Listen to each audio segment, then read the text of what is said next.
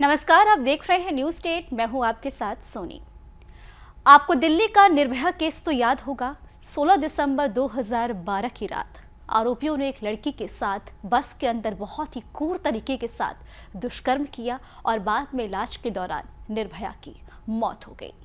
पूरे देश में इस केस को लेकर प्रदर्शन हुए, आरोपियों की फांसी की मांग की गई और कई सालों की सुनवाई के बाद आखिरकार निर्भया के गुनहगारों को फांसी की सजा हुई। इस घटना के 12 साल बाद 8-9 अगस्त 2024 की रात फिर एक निर्भया हैवानियत की शिकार हुई। उसके साथ एक व्यक्ति ने क्रूरता के साथ दुष्कर्म किया और उसकी हत्या कर दी। निर्भया रेप कांड के बाद जस्टिस JS वर्मा कमेटी की सिफारिशें लागू की गई। हर जिले में रेप पीड़िताओं के लिए वन स्टॉप सेंटर बनाए गए, हेल्पलाइन शुरू की गई, निर्भया फंड जारी किया गया, निर्भया स्क्वाड, निर्भया ऐप बना। इतना सब कुछ होने के बाद भी देश भर में ऐसी विभत्स घटनाएं सामने आती रहती हैं।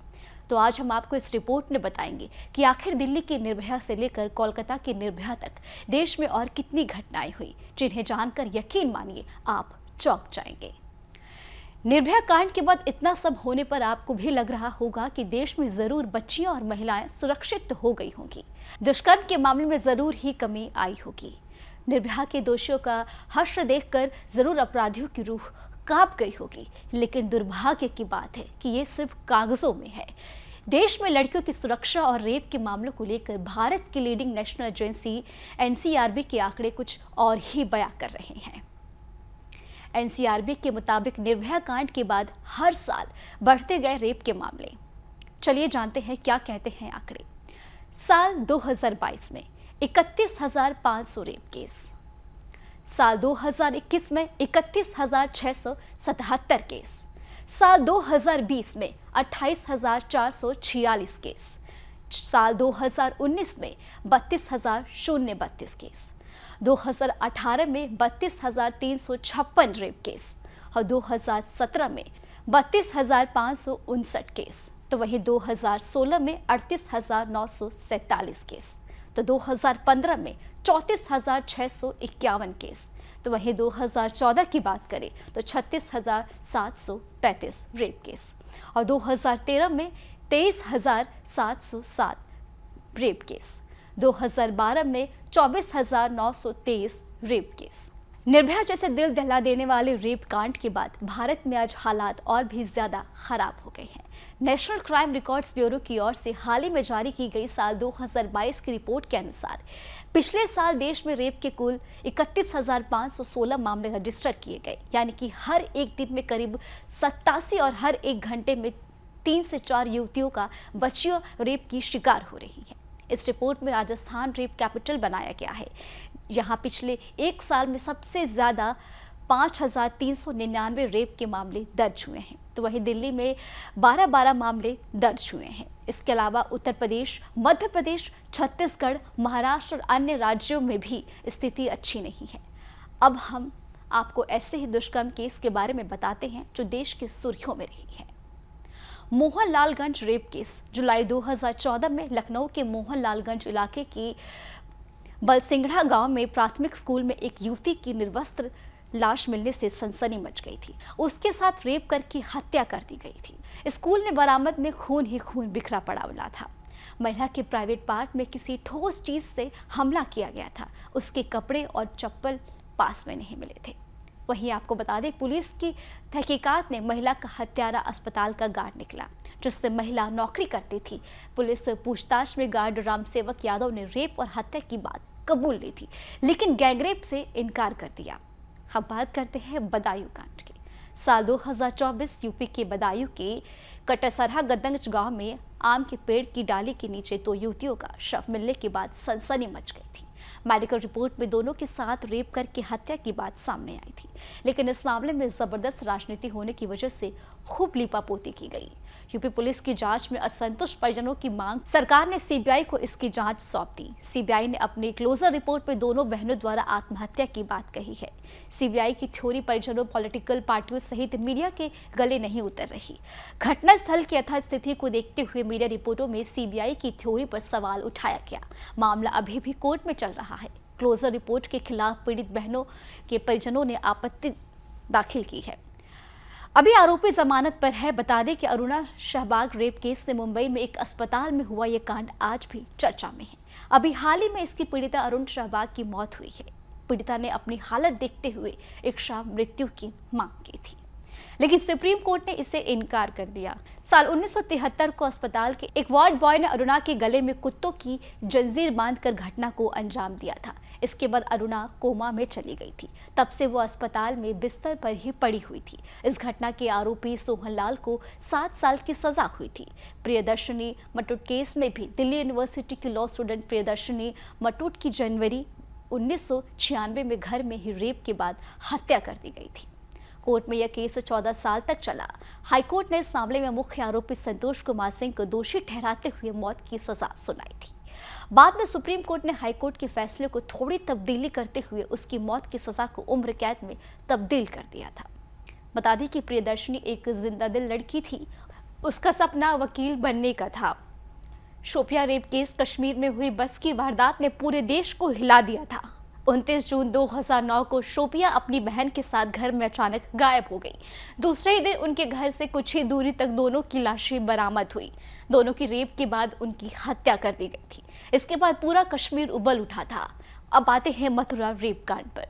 मथुरा रेप कांड महाराष्ट्र के चंद्रपुर के मथुरा की एक 14 साल की आदिवासी लड़की के साथ थाने में 2 पुलिस वालों ने रेप किया था और उसके इच्छा से ही पुलिस वालों ने संबंध बनाए थे। इसी आधार पर कोर्ट से आरोपी पुलिस वाले छूट गए थे। यह केस भी काफी चर्चित हुआ था।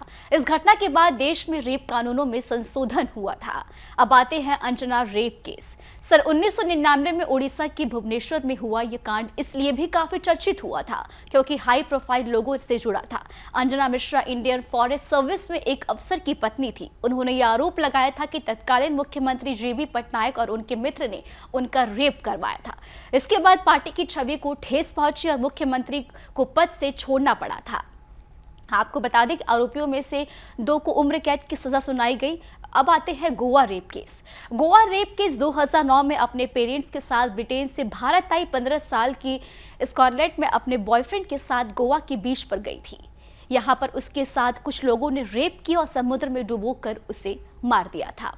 साल 2025 में दिल्ली में डिफेंस कॉलोनी में महिला के साथ गैंगरेप का मामला सामने आया है। बता दें कि पुलिस के मुताबिक आरोपियों ने 25 साल की एक महिला को डिफेंस कॉलोनी में फ्लाईओवर में अगवा किया गया और चलती कार में उसके साथ गैंगरेप की वारदात को अंजाम दिया गया। पुलिस ने इस मामले में ऑटो चालक की सूचना पर 5 आरोपियों को गिरफ्तार कर लिया है। आपको जो ये 10 दुष्कर्म की घटनाएं बताई है देश की सुर्खियों में रही है। इसमें क्रूरता सीमा को पार कर दिया गया है। इन सभी मामलों में एक्शन भी हुआ है, लेकिन देश में हर साल रेप की घटनाएं सामने आ रही हैं। ऐसे में ये जानना जरूरी है कि रेप के मामलों में कानून क्या कहता है। रेप करने वाले अपराधी को 20 साल की सजा या उम्र कैद हो सकती है। ऐसे में अपराधों के लिए पहले भी दोषी ठहराए गए हैं और अपराधियों को मौत की सजा दी जा सकती है। पीछा करने और घूर घूर कर देखने को गैर जमानती अपराध घोषित, तेजाबी हमला करने के वालों को 10 साल की सजा और कानून भी प्रावधान है। कानून में सहमति से यौन संबंध बनाने की उम्र 18 साल तय की गई है। कानून में न्यूनतम 7 साल की सजा का प्रावधान किया गया है। इसके तहत रेप पीड़ितों यानी कि अस्थायी या स्थायी रूप से मानसिक या शारीरिक रूप से अक्षम हो जाती हैं तो उसे अपना बयान दूरभाष या विशेष एजुकेटर की मदद से न्यायिक मजिस्ट्रेट के सामने दर्ज कराने भी अनुमति दी गई है। इसमें कार्यवाही को वीडियोग्राफी करने का भी प्रावधान किया गया है। अब बात करते हैं कोलकाता रेप कांड का, जिसको लेकर पूरे देश में गुस्सा है। आरोपी गिरफ्तार हो चुका है और उसने बिना किसी अफसोस के साथ कबूल भी करा है। आरोपी को लेकर हुए खुलासे चौंकाने वाले हैं। इस प्रवृत्ति का इंसान आखिर कैसे अस्पताल से जुड़ा हुआ था, ये सवाल खड़ा होता है। देश में एकमात्र राज्य जिसकी महिला CM है, उनके 13 साल के कार्यकाल में हिंसा से जुड़े मामले कई बार नेशनल मीडिया का भी हिस्सा रहे हैं, लेकिन इन सबके बीच 3 बार ऐसा भी हुआ है जब महिलाओं से जुड़े रेप, हिंसा, अत्याचार के मामलों ने तूल पकड़ा है। 2012 में पश्चिम बंगाल की राजधानी कोलकाता में सुजय जॉर्डन नाम की एक एक्टिविस्ट से एक कुख्यात रेप केस हुआ। 6 फरवरी 2012 को सुजय जॉर्डन की मुलाकात 5 युवाओं से हुई, जिनका नाम कादर खान, मोहम्मद अली, नासिर खान, रुमान खान और समीर बजाज था। मुलाकात तब हुई जब जॉर्डन कोलकाता की पार्क स्ट्रीट स्थित एक नाइट क्लब में निकल रही थी। सुजैन ककार इन 5 लोगों ने गैंगरेप किया और गैंगरेप के बाद जॉर्डन को कोलकाता क्लब से बाहर फेंककर आरोपी फरार हो गए थे। इसके बाद किसी तरह जॉर्डन एक टैक्सी के जरिए अपने घर तक पहुंचे। इसके बाद केस हुआ तो कई आरोपी बेहद ही हाई प्रोफाइल थे। इस मामले को लेकर राज्य की सरकार तक खूब आरोप लगे थे। ममता सरकार पर एक और महिला अत्याचार के आरोप तब लगे जब संदेशाखाली मामला सामने आया। इस मामले में कलकत्ता हाई कोर्ट की सख्ती के बाद आरोप शेख शाहजहां की गिरफ्तारी हुई। इस मामले में विपक्षी भारतीय जनता पार्टी ने जबरदस्त विरोध प्रदर्शन किए थे, जिसकी वजह से ममता सरकार को रक्षात्मक होना पड़ा। संदेश खाली मामले को लेकर ममता सरकार को सुप्रीम कोर्ट ने बड़ा झटका लगाया था। कोर्ट ने सवाल किया था कि संदेश खाली मामले में कुछ निजी व्यक्तियों के हितों की रक्षा के लिए पश्चिम बंगाल सरकार याचिकाकर्ता बनकर उसके सामने क्यों आई है। अब कोलकाता में एक और रेप केस ने देश को दहला दिया है। कोलकाता के आरजे मेडिकल कॉलेज में ट्रेनी महिला डॉक्टर का शव मिला। जांच ने पता चला है कि डॉक्टर के साथ रेप हुआ है। पुलिस के मुताबिक महिला डॉक्टर के मुंह, प्राइवेट पार्ट्स और आंख से खून बह रहा था। साथ ही शरीर पर कई जगह चोट के निशान हैं। अब इस मामले को लेकर कोलकाता में विरोध प्रदर्शन शुरू हो गए हैं। अब ऐसे में सवाल उठता है जो मैं आप सभी लोगों से पूछती हूँ। आज हमारा देश स्वतंत्रता दिवस मना रहा है। हमारा देश आज़ाद है, लेकिन महिलाएं आज भी आज़ाद नहीं हैं। आज भी लोगों की सोच आज़ाद नहीं है। लोगों को परिवर्तन की ज़रूरत है। उम्मीद करती हूँ कि आपको हमारा वीडियो ज़रूर पसंद आया होगा। आपको हमारा वीडियो कैसा लगा हमें आप कमेंट बॉक्स में ज़रूर बताएं। न्यूज नेशन अब व्हाट्सएप पर खबरों के ताज़ा अपडेट के लिए न्यूज नेशन के इस QR कोड को स्कैन करें।